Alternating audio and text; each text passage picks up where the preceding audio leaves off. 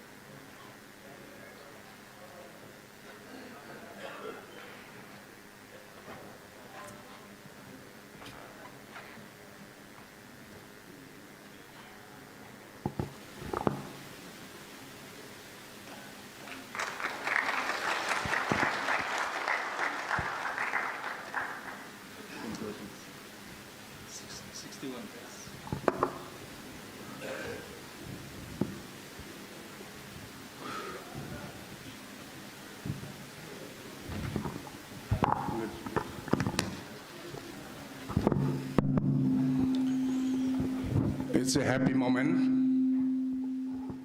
for all of us. Good morning, the guests from Estonia, and moderator Vijay Shankar, who is a very renowned Assamese poet, young poet. And this book has been translated. That means Mathura's Estonian poems, selected Estonian poems, have been compiled, translated and compiled by Vijay Shankar.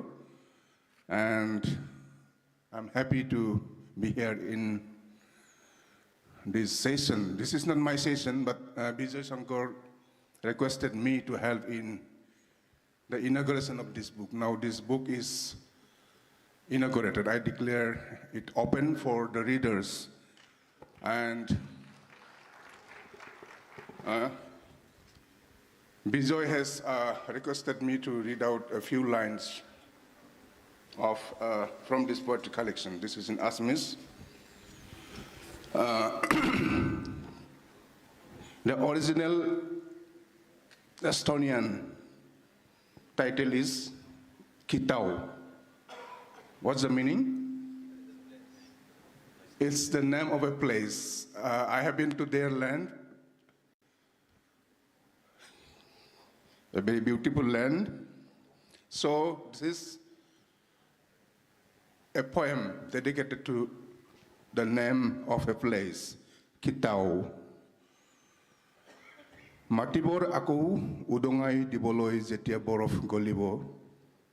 Borofore dek, moi February goisilu, February lage borof thake, nodi mane borofabrito hoi thake. Matibor aku udongai diboloi jetia borof golibo. Akak kono jagi uthibo punorbar an eta jibon loi. Eta nikhut jontu.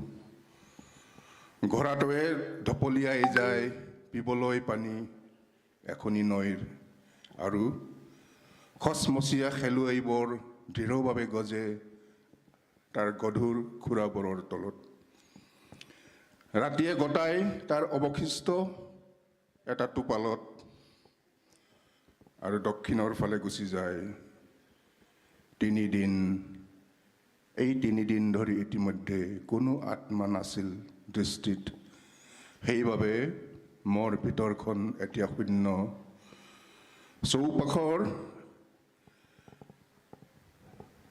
Soupakor eral puria kinir dore shunno tothapi bistitire purno. Dhanyabad. Thank you, sir.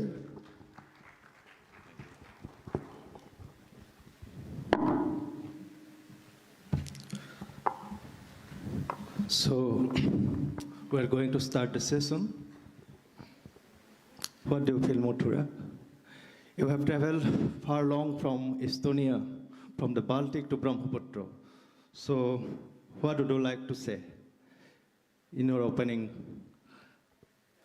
quote? Well, first of all, thank you for having me. It's been a long journey, but I think it's been worthwhile getting here and meeting all of you and being able to share some poems and thoughts with you. This is really amazing that my poems from such a far place have reached the audience here, thanks to my kind translator. Yeah, I have a lot more to say, but let's keep it at that for the start. So here are lots of audience, some students also. So would you like to tell something about the Estonian language? Yeah, Estonia is a very small place, especially compared to India.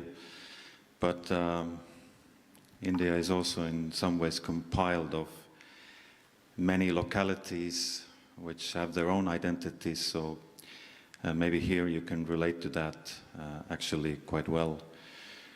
It is a small country in the northeast of Europe, a northern climate country, and even though the Republic of Estonia or State of Estonia is not very old, it's a little more than 100 years old. The language is quite old.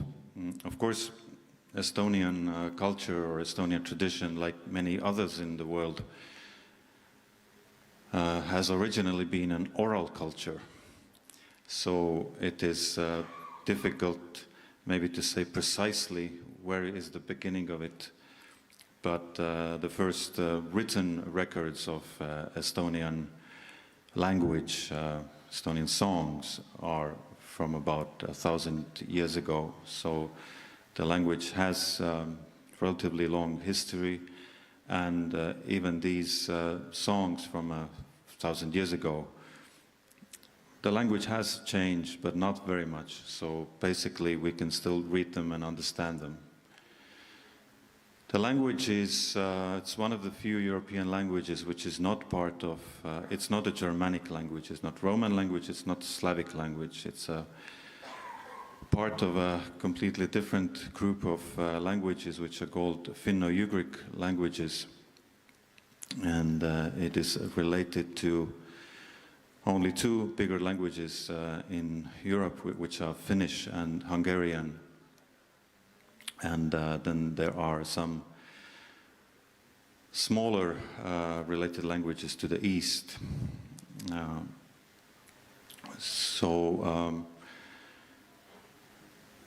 It's quite a complicated language. It, I think, is, I believe, what is in linguistics called a synthetic language, which means the words can take many endings, and we have a complicated case system. We have 14 cases. So you can, to some extent, pile up additional meanings to the word by adding some like suffixes to it. For example, I could, there is a word, minu, which means my. If I add to that minuga, that means with me, and if I add gi at the end, minuga gi, it would mean even with me, or also with me, and so on. So it has this deep and long history, and I believe history is always embedded in the language, even if we don't consciously always think of that or are aware of that. And I think poetry is a perfect medium for expressing that, for bringing out these layers that are there in language, how certain meanings have maybe developed or changed, or the journey that the words or the language has passed through. Actually, it's very interesting to see that your national epic, Kalevi Poet, the son of Caleb. So it was a part of a nation building endeavor actually during the 19th century. So you have the first, means you have the constructed epic actually for the purpose of nation building. We have Mahabharata, all those epics are just like orally transmitted throughout the ages, but you have constructed it. So means, what do you feel about this construction of nationalism, the Estonian nationalism, and is there any connection between Kalevi Poet and this Estonian nationality? Well, indeed, the epic itself must have existed long before. There are many connecting points between our epic and, for example, the Finnish epic, Kalevala. Even the title is almost the same, and some stories, coincide in there, or at least they have like certain meeting points between them. And this was indeed made into a written text in the middle of the 19th century, compiled from where it could be, from the sources where it still existed in some form. Generally, I think, Estonian literature in some ways has, literature or contemporary culture in general has two beginning points. One is this, what I actually mentioned, old folk songs from about 1,000 years ago, and I think they have influence at least on Estonian literature to this day. For example, the old folk songs and also a good part of Kalevi Poeg, the national epic, they use rhyme, but they don't use the end rhyme, but they use what is called the alliteration, the beginning rhyme. So the first letter or the first syllable repeats itself, not the end of the word. So this is something which still finds its way into Estonian poetry today, but even to our common talk. We are very keen to use expressions which repeat the initial letter or initial sound. So this is in some ways one beginning, and the other is from the mid-19th century, when it was actually to a good extent by German people who had lived sometimes already for several generations in Estonia or in the Baltics, who started promoting the Estonian own writing and own culture. So also this epic was compiled into a written form, but it's by somebody who was by nationality German, but who felt very close to the land and its tradition, which is an interesting point in itself, in maybe in some ways, how the land can be so important that we identify ourselves with it more than maybe our former, heritage or like genetic heritage. Anyhow, I think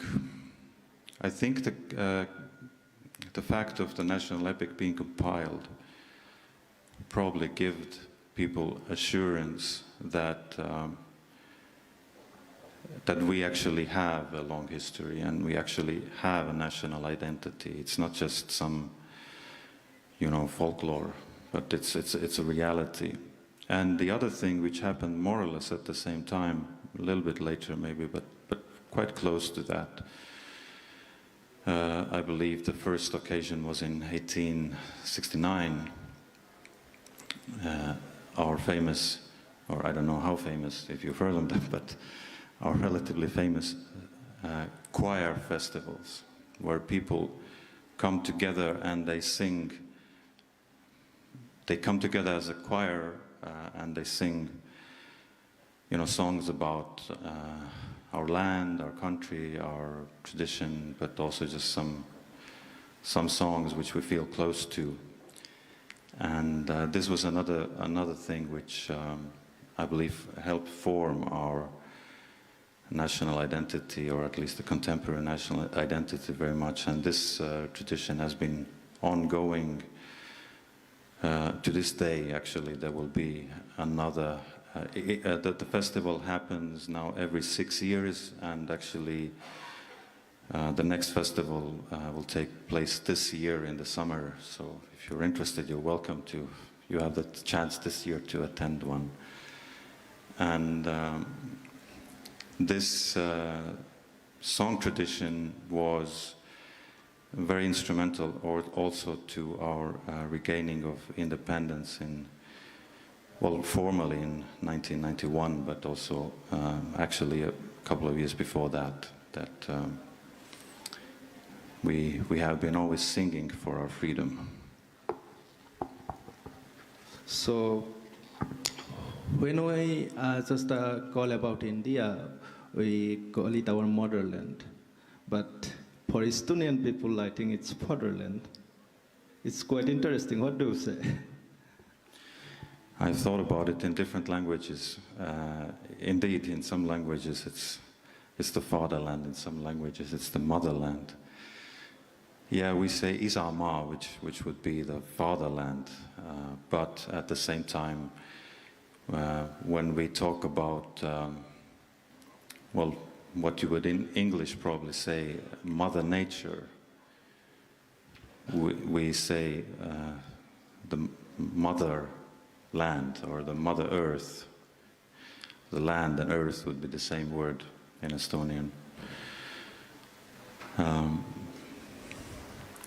I don't know how it's come about, but it is true. And at the same time, we have our famous river Emajõgi, which is the name of the river is Mother. So, in some ways, we have the both sides in our landscape. Of course, another interesting, maybe you asked about Estonian language, another interesting thing about Estonian language is that we have no gender. We have no grammatical gender, but we also have no differentiation between he or she. So, I mean, you can talk about a man and a woman, but just grammatically, it's the same. So maybe it somehow has an influence or on our consciousness. So we are actually waiting for your Estonian poems here. So would you please read one poem? Sure.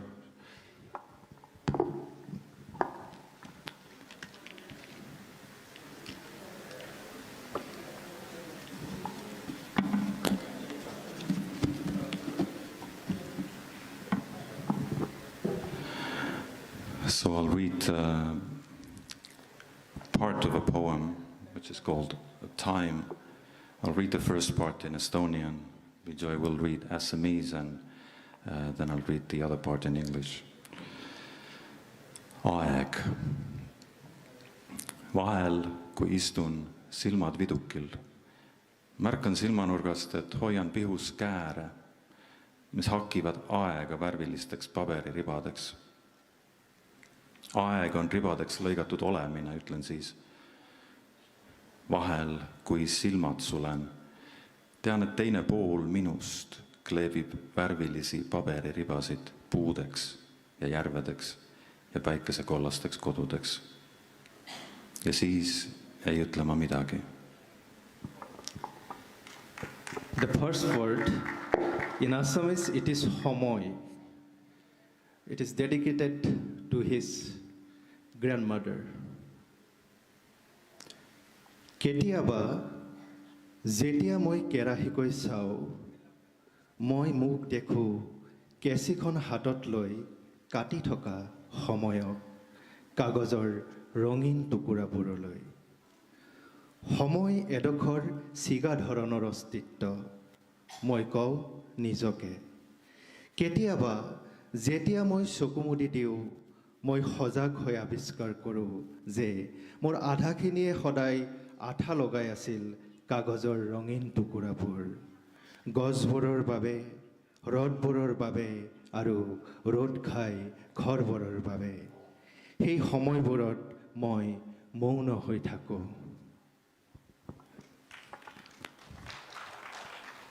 And part two, to dive, to write something. Life is a river under an old railway bridge, a broken echo of memories flooding the fields around it. Lihula, Tudi, Grandma's backyard, Grandma who buried her son before he was 9 months old and was then left sitting under other people's lilacs. A girl on her knee, eyes in the distance, once her husband had been deported to Siberia. Where will I go? Or another memory. Boys passing their summer, forgetful that there is time and not just timelessness. Boys in their first bout of craving, racing their bikes down the street to where the sun is but a blinding orb. To dive. For the river is deep. I was there just recently. Grandma is dead now, but the railway bridge is still there. Grandma's street is still there. And at its end, the sun is still a blinding orb.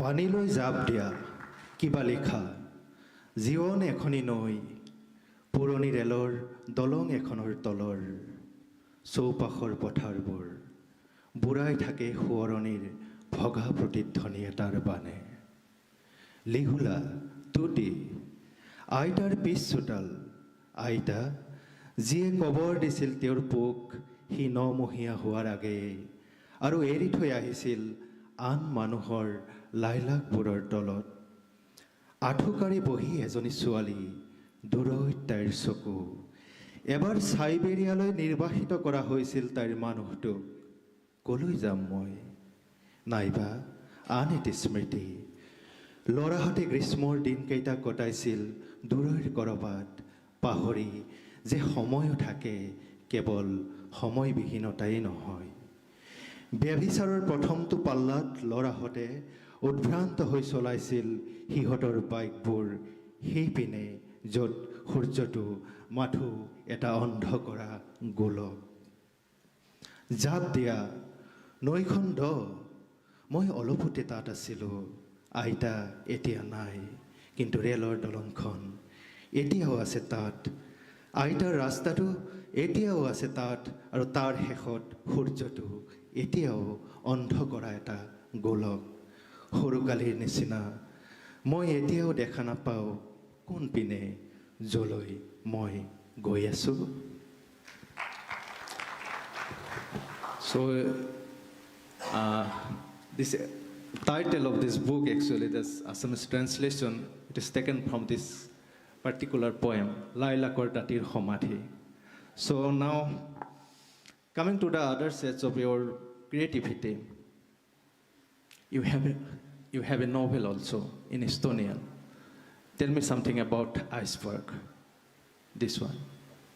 About the novel? About the novel. The Estonian background and how you actually wanted to explore in the novel.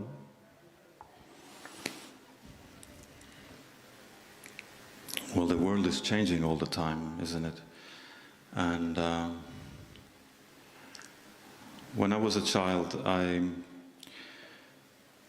went to school in the capital city of Estonia, but all the time that was free from school, I spent with my grandmother in the countryside. And as many people did in that time in Estonia, I think one thing to say about Estonia is maybe that it has worked for most of its history until maybe very recent time, it has been predominantly rural culture. And countryside has been very important to us, or that has been our home, really. So when I wrote this book, which was about 10 years ago, I did it as a kind of homage to my grandparents and to their generation. I wanted to capture their life and their world, which was quickly disappearing. So it is basically a story about an old man, maybe very loosely molded after my grandfather. An old man who lives in an already nearly abandoned village. There are some people around, but they are far, so he's basically alone there. His family has passed, or those who remain live very far. But it is not really a book of grief, it is a book of appreciating having lived and looking back at one's life and appreciating the landscape around one, despite the difficult history, because for most of Estonia's history, actually, we have been occupied or invaded by somebody, and most recently from 1940 until 1991 by Soviet Russia or Soviet Union. So it was a difficult time for these people, and I think they found solace particularly in land, because the rule can change, but if the land is still there, then people can still be rooted to it, which I think the greatest crime maybe against identity, people's identity or nation's identity, is to destroy the land, because then they have little to return to, which is to some extent, I would say, unfortunately happening nowadays, well, in many places in Europe, but also in Estonia, though it's still there. So anyhow, I told the story of that old man, of his last months over the harsh winter of Estonia in his remote house, and how he's looking back, and finally the passing is more like a relief. And funny thing about this book, which if I may share this, was that when the book came out, I did a series of launches of it in different parts of Estonia, particularly in more rural places and smaller places. And in one of the launches, the audience was mostly elderly people, and one of them asked me, "Well, what does this main character of yours? What does this old man? What does he eat in the winter if he's so isolated?" And before I could answer, the other old lady said that, "Well, he must be baking bread and things." To which the one who asked the question, violently opposed to that. No, he's not that type, He's not the bread baking type. So I found it rewarding that the character had kind of developed further in the readers' minds, like they thought what he would be in different situations. But yes, this is the prose book. I'm quite proud of it, though I am now in the process of writing another prose book. But actually, I just recently realized I cannot write prose. Even if I write 100 pages or 200 pages, I feel it's still poetry. I think of it, when I'm writing it, I think of it as poetry. And I think once you give your soul to poetry, you can't withdraw it anymore. Yeah, Mathura, you are also a painter, an artist, and you have written lots about cinema also and other things, and you are also a radio presenter of Estonian National Radio Classic. So, what do you define yourself as a creative instinct? Differences of your creativity is there. So, how you just discover yourself in between all those things as a poet or a painter or artist or a performing artist? What would you like to discover yourself? Well, I often think I do too much different things, but it is true. I have tried all these different things, and I even have a piano at home. I can't really play any tunes on it, but I still like the sound and touch of it. Well,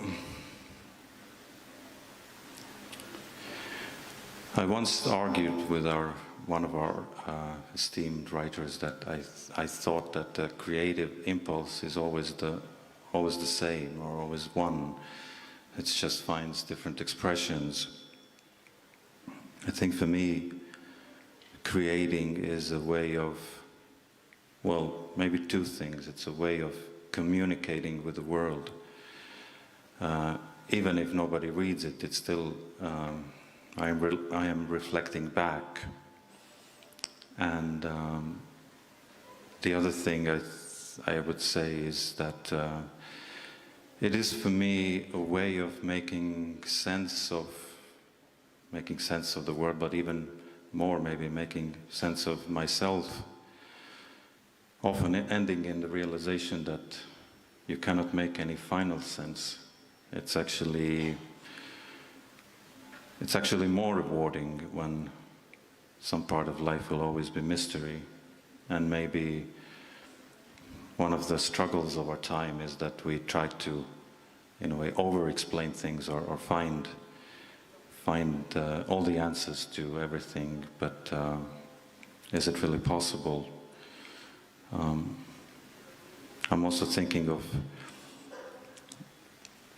Indian philosophy and Indian all the scriptures, Vedas and Puranas and so on, that when I first came in contact with them, then the people who introduced me to these works said to me that these are books which give all the answers. And I thought, okay, well, that's worth giving a shot. But I think one of my main realizations over the years is that it is far more important to find the questions than the answers, because even if you're given all the answers, if you don't know what they correspond to, then are they that much use to you? At the same time, if you have the question or you have the spirit of inquiry, you can always inquire further, because I think there is never exactly an end to that. And maybe last thing about this, I will say that I just now thought that the Indian, or at least the Vedic creation story is that the world starts with a sound. I mean, maybe there are different versions of it. I might not know them all, but like Brahma sitting in the lotus flower and hearing the two syllables tapa, that he should do austerity, and then after that he's creating this material world. So I think for me, all these things, writing, the radio work, the music, maybe even to some extent painting, is connected to sound. I believe sound has the potential to contain a whole new world in a way. And often when I start a new painting, I write some name onto the canvas. Often, I'm actually quite often using some Sanskrit name. It will not be visible afterwards, but for myself, I feel that I'm giving the seed of that name or of that sound to the work, and almost like a dedication, even though it's invisible afterwards. Yeah, that's great. Then coming to one thing, Being an Indophile, what is your impression on India? Actually, I remember one sunny morning in Ragbhare, in your country, that I asked you one question, that which color would you prefer for India? Then you just replied that, yeah, it's white. So just tell us something about your impression. Well, the more I come to India, I have the feeling that the less I understand it. So that's first thing. But yeah, I had forgotten it, but yesterday you reminded it to me. Maybe I am still of the same opinion that because, you know, when you take the color theory, if you're familiar with that, then if you mix all the colors together, you basically get white. And I can tell you I have tried it. I thought it can't be possible, you know, taking black and red and everything and then mix it together and you get white. But it is a fact, you get white. I mean, maybe not like pale white, it's maybe like a little bit